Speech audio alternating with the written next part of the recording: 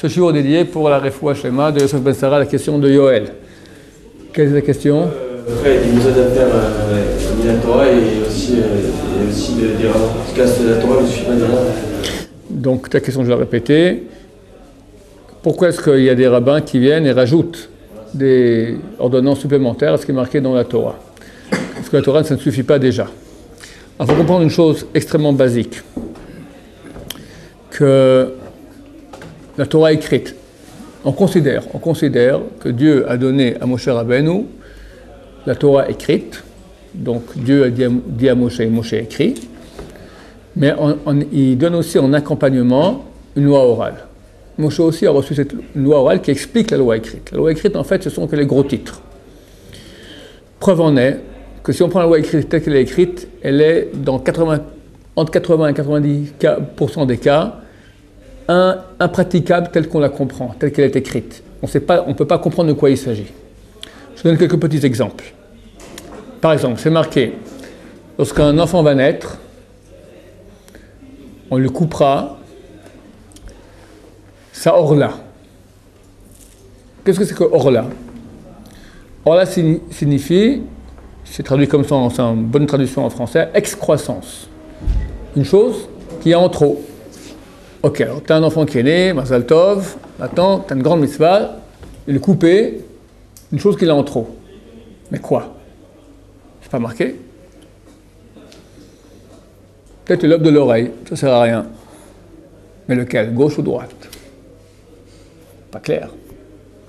Bon, c'est pas ça, sinon Dieu il aurait précisé, gauche ou droite. Peut-être le nez. Chez beaucoup de juifs, le nez est un peu... Alors Dieu il veut qu'on ait un chidour facile, donc on fait des chirurgies plastiques un peu à l'âge de 8 jours, on rabote un peu. Bon, ça on ne sait pas, on n'est pas certain. On va être beaucoup plus cartésien. On va faire une analogie, on va voir est-ce que le mot orla apparaît-il autre part dans la Torah. Et comme ça en comparaison, on pourra voir c'est quoi. On cherche, on trouve. C'est marqué dans Devarim qu'à la fin des temps, Dieu va enlever la orla qui recouvre notre cœur. Donc c'est quoi la orla? C'est une membrane qui est au-dessus du cœur. Donc si on est vraiment rigoureux par rapport au texte, on prend notre gosse à l'âge de 8 jours, on lui ouvre le thorax et on prélève une petite partie du cœur. Question bête, pourquoi c'est pas marqué directement C'est une très bonne question qu'on verra à la fin du cours si on a le temps ou la fois prochaine si on n'a pas le temps. D'abord, on va aller palier par palier. Premier palier, je vais expliquer qu'il est nécessaire de dire qu'il y a une loi orale qui a été transmise, sinon le texte ne veut rien dire. C'est comme si Dieu me dit maintenant, écoute, j'ai une chose très importante à te dire, c'est très grave si tu ne la fais pas, très important, le monde dépend de ça, blablabla. Bla, bla. Vous pouvez répéter s'il vous plaît? Blablabla. Bla, bla. C'est pas concevable que Dieu m'ordonne blablabla. Bla. Moshe ne doit pas écrire blablabla. Bla. Or là, il me dit, t'enlèves une chose qui est en trop chez ton fils. Quoi? Autre exemple, passe-moi un tikkun korim. Une fois que le gosse il est né, la femme elle reste impure. Pas le droit de s'en avec son mari, interdit. Pendant un certain temps. Combien de temps? Ça dépend. Alors, on va voir tout de suite. Ve'im nekeva telel, si elle met au monde une fille. Vetam a, elle restera impure. Il y a un mot là. Shivaim. Hein? 70 jours. 70. 70. 70 quoi? La femme reste interdite. 70. 70 minutes. Ah ouais, c'est pas trop grave. 1h10. 70 heures. On tiendra le coup. 70 jours. 70 ans peut-être. Elle a mis au monde une fille. C'est terminé. Tu lui donnes un guet. C'est terminé. 70 ans. C'est pas marqué. Alors combien? Elle a écrit après 70. Rien, 70. Kenidata, comme Sanida. Comment il faut lire? Faire le zoom. Qu'est-ce qui est marqué là? Shvuaim. 2 semaines. Shvuaim. On peut lire Shivim. On peut lire Shvuaim. Ça change tout. Shvoaim signifie 2 semaines. Shivim signifie 70. Qui me dit comment on doit lire? Qui me dit d'où je sais? D'où je sais? Forcément, mon cher Rabbeinu a reçu l'explication oralement. La Brit Mila, on l'a fait, à l'organe génital masculin. Là, on lit Shvoaim. Prends le premier mot de la Torah, Bereshit. Hein? On va aussi répondre comme on est sûr que c'est ça. D'abord, je vais expliquer, je vais montrer que c'est impossible de comprendre, de croire que la Torah a été donnée sans explication orale. Comment vous lisez ça, le premier mot? Qui t'a dit? Qui t'a dit que c'est B? Le premier, ça se lit B, ça se dit Z. Et après, le Resh, c'est un Bet. Et le Aleph, c'est un G. Et ça fait ce glou. Peut-être. D'où tu sais? T'as entendu une cassette avec Moshe qui dit Bereshit bara. T'as pas entendu? D'où on sait? Loi orale. Donc forcément, on ne peut pas comprendre cette loi écrite sans qu'il y ait un accompagnement oral. Attends, est-ce qu'il est vrai? Pourquoi ça a été donné? On va en parler plus tard, mais je vais encore vous montrer à quel point cette chose-là elle est puissante. Grande mitzvah, d'abord mitzvah, même avant, on met tefillin. Le mot tefillin n'apparaît nulle part dans toute la Torah. Comment c'est marqué? C'est marqué, tu les mettras en signe à ton bras, ou le totafot ben yanechem, en totafot entre tes yeux. Totafot entre tes yeux. Bon, c'est quoi un totafot? Totafot, ça ne veut rien dire en hébreu. Rien dire. Tu mettras un bidule, je ne sais pas ce que c'est, entre tes yeux. Là. C'est là entre les yeux. Qu'est-ce que je mets? Maintenant, je vais vous aider. Là. On peut faire un jeu là-dessus, ok? Vous parlez comme ça. Moi je peux vous dire, c'est de manière spirituelle, c'est-à-dire je mets Hachem. Peut-être. Peut-être, peut-être pas. En tout cas, c'est pas clair. Or, comment Dieu m'ordonne une chose qui n'est pas claire? C'est-à-dire, dis-moi quoi faire, dis pas un truc. D'accord? Jésus est venu, il a dit, oui, spirituel, mange pas du porc, spirituel.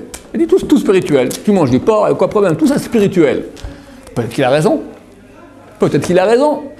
Et nous, on est dans le faux. Le texte écrit tel qu'il est, il permet tout. Les chrétiens reconnaissent l'Ancien Testament, ils disent, c'est béton, c'est bien. Mais ils en font ce qu'ils veulent. Pourquoi?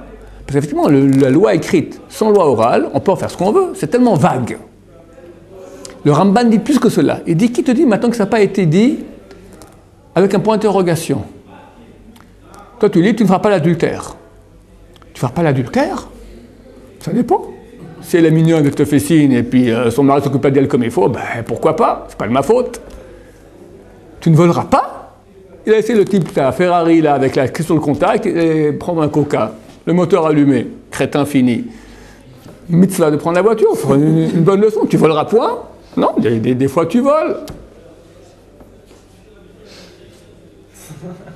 Shabbat, tu feras aucune mélacha? Ni toi, ni ton âne, ni ton bœuf. Ça va pas, mon vieux? Et l'argent, on le gagne comment? Pas travailler. On peut tout lire en point d'interrogation. Et des fois, la Torah, elle parle en point d'interrogation. Il y a des cas, la Torah dit, c'est comme ça qu'il faut lire. Par exemple, c'est marqué, si quelqu'un trouve une... comment c'est marqué là-bas? Azov ta'azovimo, l'otochalitalem, vitalamta. Vitalamta. Quand tu verras le bœuf, quand tu verras l'âne de ton prochain s'écraser sous son poids, par terre avec les... Vitalamta, tu ignoreras. Tu l'ignoreras. Bah, tu ignoreras. Ou tu verras aussi la chose qui appartient à ton prochain, perdue. Tu vois maintenant le vélo de ton prochain, voilà, c'est marqué le nom dessus, l'adresse, tout ça. Bon, j'ai pas le temps, ça me casse les pieds. La Torah dit, Vitalamta, tu ignoreras. Vient une chazal, la loi aura dit non, Vitalamta, tu ignoreras. Chazé shalom, en aucun cas, tu dois lui rendre. Donc on voit que des fois la Torah, elle parle avec un point d'interrogation. Alors, quand oui, quand non. Des fois, tu voleras pas, je peux dire à l'envers, Vitalamta, tu ignoreras. Et tu voleras pas, tu voleras pas. Qui me dit que c'est comme ça? Peut-être que c'est à l'envers, peut-être que c'est pas à l'envers. Je reprends sur Totafot. Totafot, Chazal disent, ça signifie deux et deux, en langue étrangère. Pourquoi en langue étrangère? Peu importe maintenant, c'est pas le sujet. Tot signifie deux, en kitfin, et faute finit 2 en africain, comme ça dit la Gemara. C'est encore plus compliqué, je portais un truc qui est un bidule, qui est 2 entre mes yeux. Quoi? Quoi? Des lunettes et des branches. Mais non, mon cher ami, t'as compris, moi je viens de Suisse. Un coucou. C'est quoi? Tu prends sur lui, tu mets un petit coucou. C'est toutes les heures, il fait coucou, coucou. Il fait 2, coucou, 2, coucou, 2, coucou, Dieu existe, coucou, Dieu existe. Avec une kippa sur la tête, le coucou. D'accord? Pour te rappeler que Dieu existe. Ou bien, c'est marqué, tu écriras ça. Il faut l'écrire. Alors je prends des petites banderoles comme ça, j'écris un texte, Dieu existe, et il nous aime bien, voilà, et je fixe ici à mes lunettes, 2 côtés et 2 côtés. Après je fais ouh, comme ça, d'accord? Qui me dit c'est quoi? Qui me dit que c'est les tefilines? Qu'on porte entre les yeux là, c'est entre les yeux à hauteur, entre les yeux au milieu. Et ça c'est 1 mm sur le front, on n'a pas fait la mitzvah. C'est marqué où tout ça? En tout cas, une chose est claire, le texte écrit tel qu'il est incompréhensible. Encore plus que cela. Il y a une preuve dans le texte écrit comme quoi il y a une loi orale qui a été donnée avec. Dans Vaïkra, c'est marqué, lorsque vous aurez mangé de la viande, tu l'égorgeras comme je te l'ai ordonné. Maintenant, je prends toute la Torah, je lis de A à Z, de Z à A, à l'envers à l'endroit, nulle part c'est marqué comment on doit égorger. Or, au niveau de la halakha, c'est 18 chapitres compliqués, toutes les lois qui font qu'un égorgeur rituel, il sait comment égorger, c'est pas n'importe comment. Il y a 5 façons où c'est pas comme il faut, quel bracha on fait, tic tac, c'est très compliqué. Or, le texte me dit, le texte écrit, il prouve qu'il y a un texte oral qui accompagne. Il dit, tu égorgeras comme je te l'ai ordonné. Où tu m'as ordonné? C'est marqué où? Forcément, on parle d'une ordonnance qui était orale. Dieu a expliqué à Moshe Rabbeinu oralement comment on égorge. Il y a encore beaucoup d'autres exemples. Donc j'arrive maintenant au premier palier. Il est clair que la loi écrite sans accompagnement d'une explication orale, elle est impraticable, incompréhensible. Tzitzit. Tzitzit, c'est quoi tzitzit? En moyen euro, tzitzit signifie un truc qui pend. C'est marqué, c'est marqué un endroit dans la Bible, tzitzit rocho, le tzitzit de sa tête. C'est une sorte de queue de cheval, d'accord? Maintenant, tu mettras un tzitzit, une queue, on va dire comme ça, au coin de tes habits. Ok, une queue de quoi? Une queue de renard? Une queue de cheval? Une queue de tissu? Une queue de banane, peut-être? Au coin de mes habits, c'est quoi un coin? Là. Je mets des queues ici au coin. Puis là aussi. Et puis, il y a aussi un coin là, vous voyez? C'est un coin qui est en profondeur. Qui m'a dit qu'il faut un coin qui soit en extérieur? Peut-être un coin aussi en intérieur. C'est quoi un coin d'habit? Et sur mes draps, sur mes écharpes, et sur mon mouchoir. J'ai un mouchoir là. Je vais en mettre, j'ai 4 coins. Et quand je plie aussi, maintenant il y a des coins. Il y a partout des coins. Je mets partout des queues.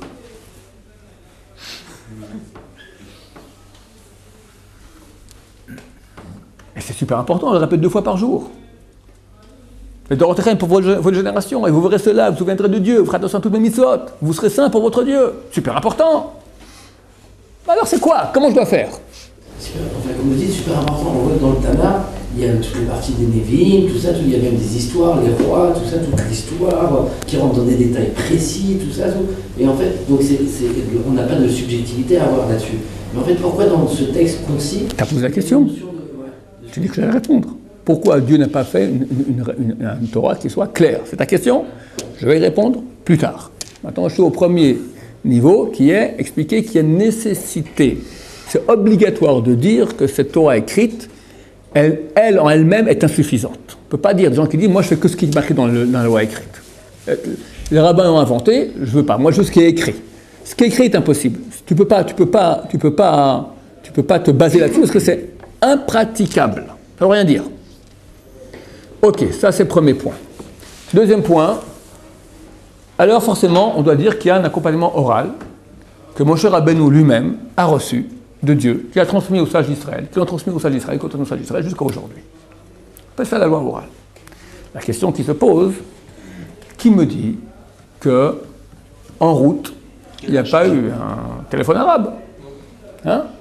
Tu fais une expérience ici, tu prends 50 personnes, tu leur dis un mot, au bout de 50 passages, c'est complètement faux. Là, on parle de 3500 ans. 3500 ans. Peut-être que Moshe Rabbeinu, il vient nous voir, marbré, mais vous n'avez rien compris, c'est pas du tout comme ça. D'abord, Shabbat, c'est mardi.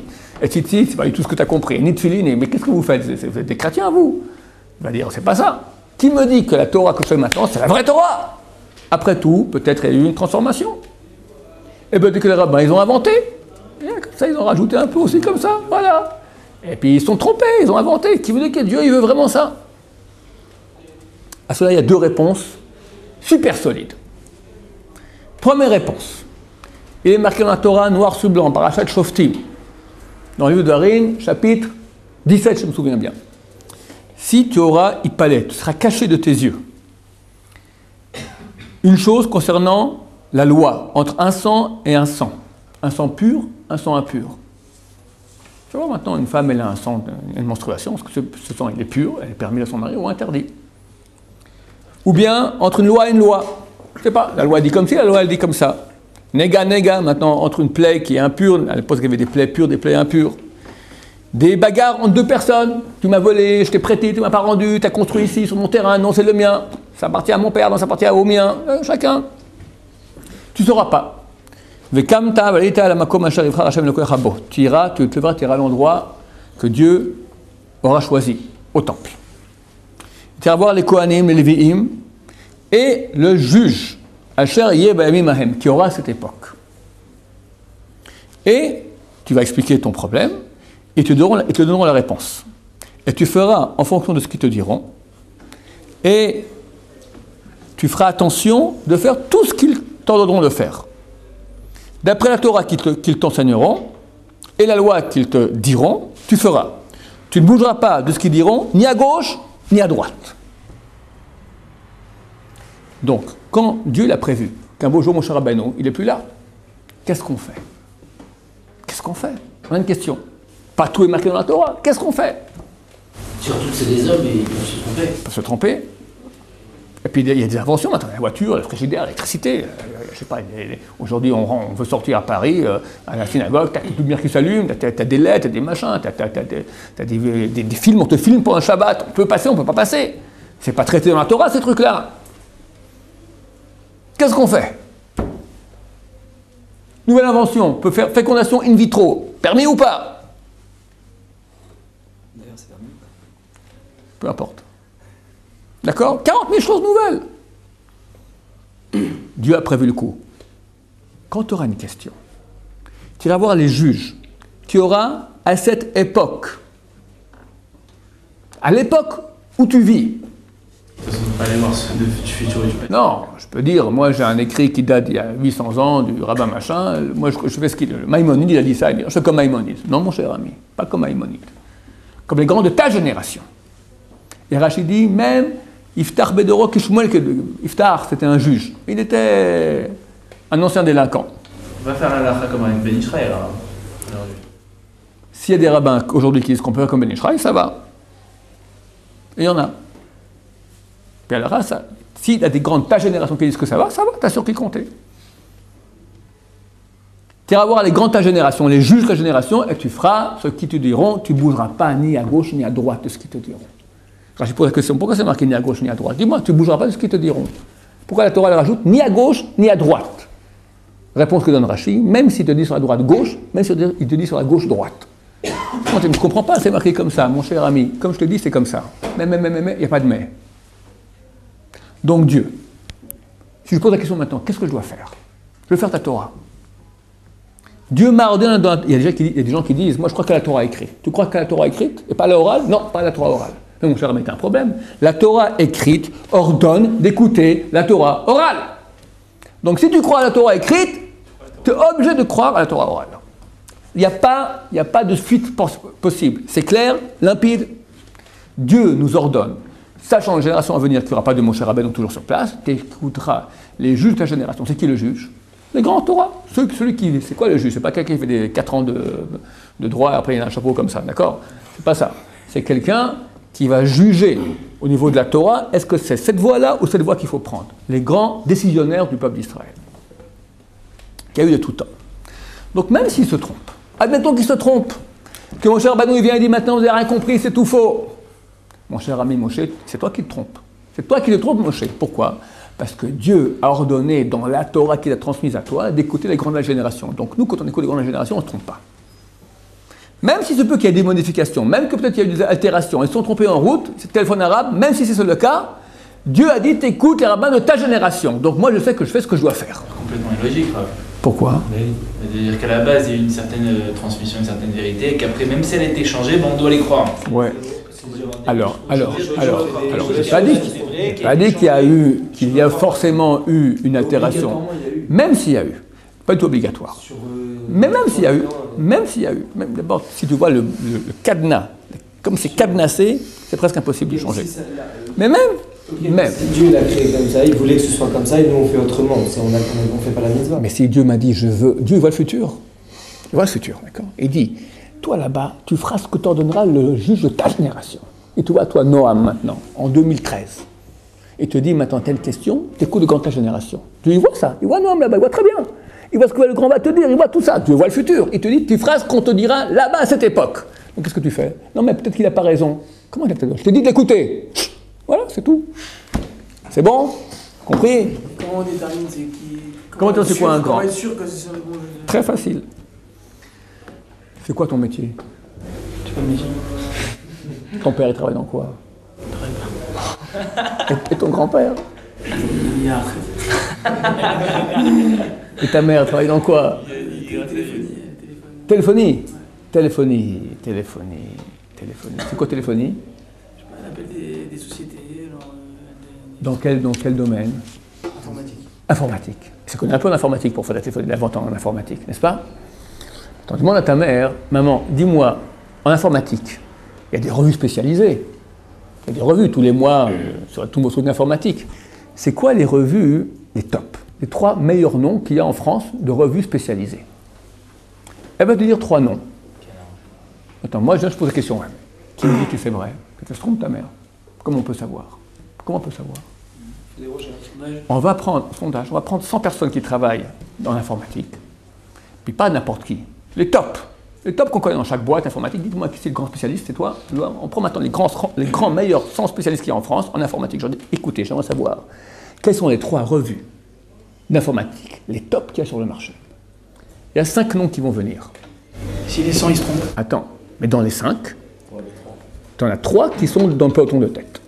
On verra. Tu me dis, mais si les 100 ils se trompent, mais les 100 sont des spécialistes en informatique, ils ne peuvent pas se tromper. Si sur 100 personnes spécialistes dans la matière, les tops que tu as en France en informatique te disent, ça c'est le top, eux ils connaissent leur métier. Ils peuvent se tromper, c'est leur métier. C'est ça toute la journée, ils racontent n'importe quoi cette revue. Bye bye. Tous, tu fais un sondage, tu verras, il y aura 5 noms, mais parmi les 5, il y aura 3 qui seront le top. Tu peux être certain que c'est les vrais tops. Et c'est comme ça dans n'importe quel métier. Mais là, c'est sur une compréhension humaine des choses. Mais vis-à-vis d'Hachem, c'est une compréhension divine, tu t'y vas. Alors, Dieu a transmis une Torah. Et a transmis tout Moshe Rabbeinu aux sages d'Israël. Comment on dit la Torah? Maintenant, cette façon, elle est transmise de génération en génération. Et chaque génération, tu auras des grands spécialistes en Torah. Je vais voir les 100 plus grands Talmidei Chachamim, les 100 plus grands sages en Torah qu'il y a dans le peuple d'Israël. Je leur dis, dites-moi, parmi vous, les 100 là, comment c'est qu'il est quoi? C'est qu'il est 100? On peut voir, on connaît. Quelqu'un, il est Rosh Hashanah pendant 50 ans, il enseigne. Les gens reconnaissent entre eux qui sont comme dans la boîte. Qui est le grand spécialiste de la boîte? Dans la boîte, on sait qui est le grand spécialiste. Tu vas aller maintenant demander à Bnei Brak, dans un quartier ici, à Ramoth, tout ça. Les gens savent entre eux qui sont les grands noms. Tu prends les 100 tops. Tu peux te tromper, tu ne peut-être pas tous les meilleurs tops, tu es un peu moins, mais en gros, tu as la crème. Donc, qui sont parmi vous les 3 ou 4 plus grands? Ceux que parmi vous considérez comme eux, on ne touche pas. Tous te diront les mêmes noms. Peut-être ça va changer sur 1 ou 2, mais en gros, les 3-4 noms, tu les sauras. Chaque génération, tu demandes, tu sauras qui sont les grands de la génération. Et Dieu ordonne, dans la Torah écrite, de les écouter. Donc même si éventuellement ils se trompent, ça nous est égal, parce que Dieu, il a vu à l'avance, il a dit, t'écouteras eux. Donc moi, je fais ce qu'on me dit. Je suis certain que je suis dans le vrai. Un grand, il n'est pas forcément connu, c'est que peut-être un grand, il peut être dans son coin, C'est vrai, alors je te dis, ça se peut, peut-être qu'il y aura un grand qu'on n'aura pas dit. Mais ceux sur qui on va dire qu'ils sont grands, on les connaît, ceux, ils sont bien. Deuxième raison, première raison, c'est ça. Deuxième raison, durant toute l'histoire juive, et ça c'est très important que vous compreniez, durant toute l'histoire juive, et du mouvement, chaque génération qui ont dit, nous on n'écoute pas les rabbins. ils sont trop fermés, trop durs, trop carrés, ils ont rajouté des trucs. Non, on fait plus cool.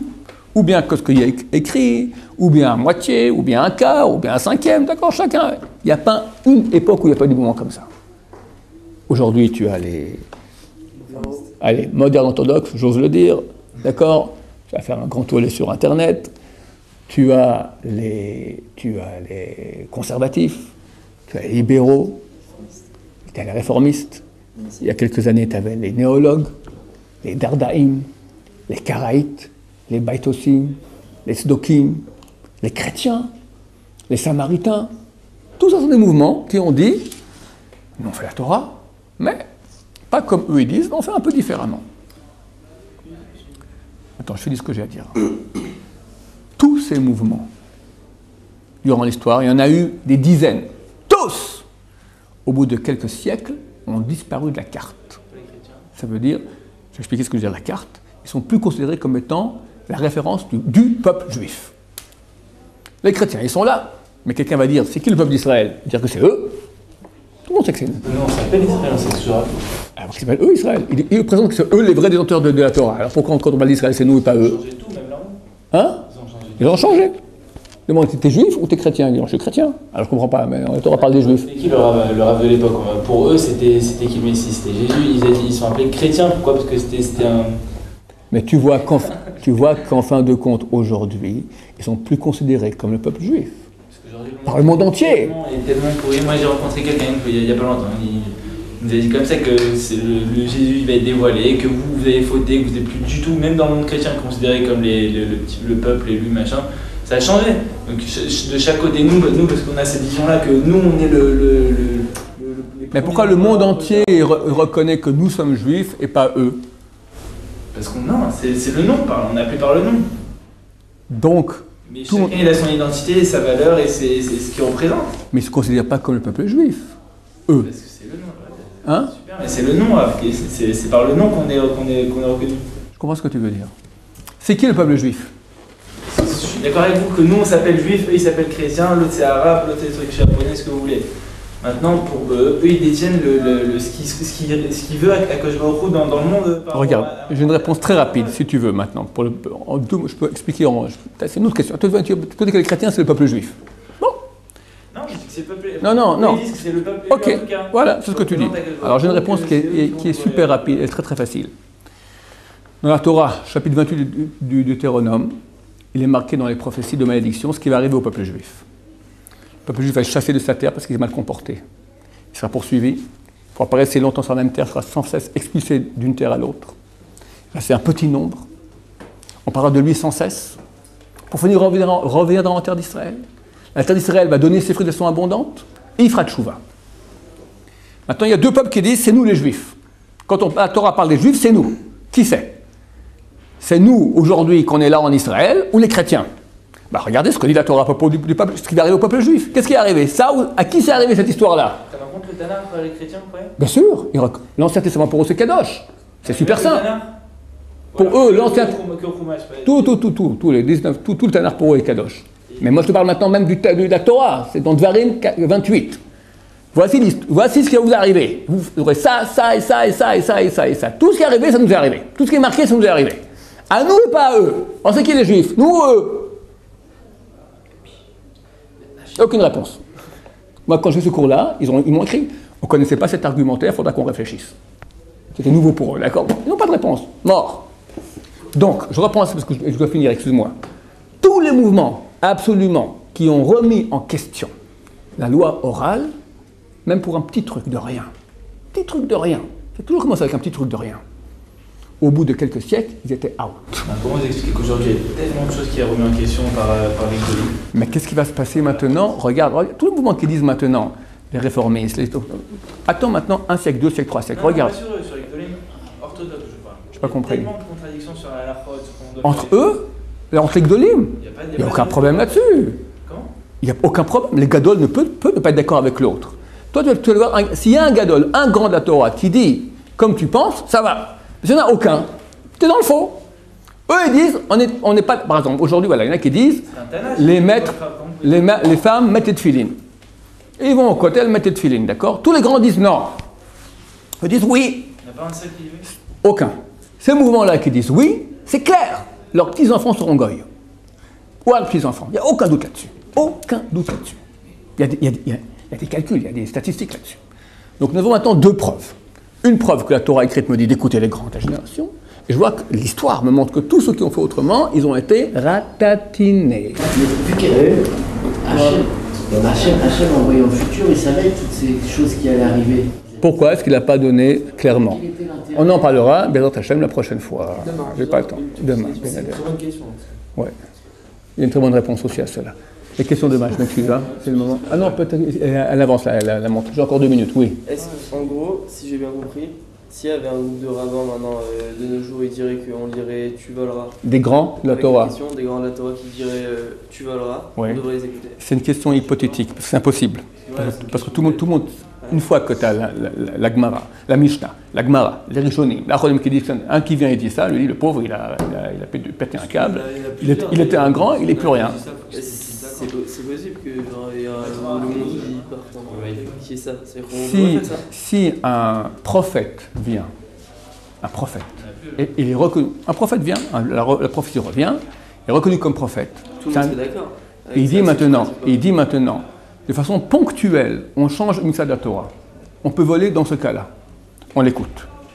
Mais si maintenant, dorénavant, une loi de la Torah est enlevée, elle change, qui qu'il soit, Mashiach ben Yosef et ben David, les deux réunis avec en plus Navi, Moshe Rabbeinu, tout ça, excuse-moi, mais un coup de pied au derrière, raus, dehors. La Torah ne changera pas. Et tous ceux qui font pas la Torah, ils seraient d'accord avec ça. Donc tout le monde les croit. Mais les grands, la Torah, on doit écouter les grands. Tous les grands te diront, on a reçu un klal, une loi qui dit que la Torah ne peut pas être changée. Quelqu'un qui vient et veut la changer, il est dans le faux. Bon, c'est vrai qu'on a reçu, nous, que la Torah, maintenant, dit ne pas voler, pas avec un point d'interrogation, ne pas voler comme ça. Un grand qui vient et qui dit ça, forcément, c'est plus un grand, il a pété un câble. Un prophète qui vient et dit ça au nom de Dieu, si c'est de façon ponctuelle, on l'écoute. Si c'est de façon définitive, coup de pied au derrière. Baruch Adonai, Amen.